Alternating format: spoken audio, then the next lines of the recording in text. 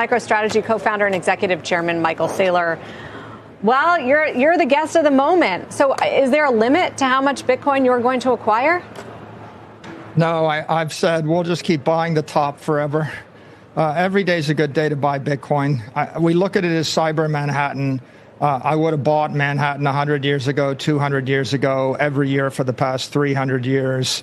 You pay a little bit more than the person that bought Manhattan before you, but it's always a good investment to invest in the economic capital of the free world. Do you think that Trump is serious about creating this Bitcoin reserve, and how would that work? I think he is. And, if you think about the Louisiana Purchase, California and Alaska, we paid $40 million to buy 75% of the United States. Nobody remembers the $40 million.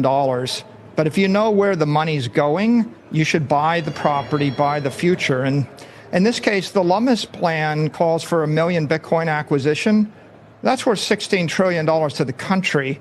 RFK proposed 4 million Bitcoin that would be worth about $56 trillion. There's room for Trump to go beyond that, even $81 trillion in gains. And that's against $36 trillion in the U.S. national debt.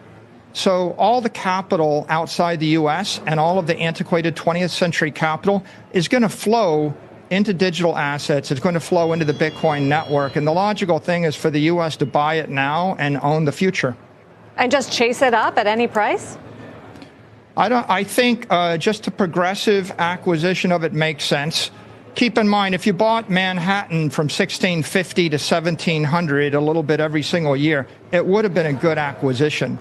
Right now, we can buy, the United States could literally buy 20-25% of the Bitcoin network, either by trading out its existing gold stores or just by borrowing a small trace amount of money. And so the Bitcoin network's going to go up by a factor of 100. You might as well buy it before it 100x's.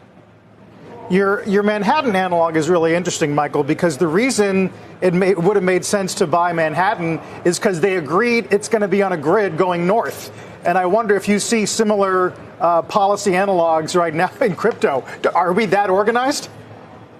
You know, the world wants a digital assets framework, and the United States has a great opportunity to define a digital assets framework. We need to define the definitions of a digital commodity, a currency, a security, a token, an NFT, and an asset-backed token. And we need the rights and responsibilities of issuers and the exchanges and the owners. But that takes consensus from the executive branch, the House, the Senate, and the industry. And we didn't have that for the past 4 years. The opportunity for the U.S., it's to issue $10 trillion of digital currency and back the dollar.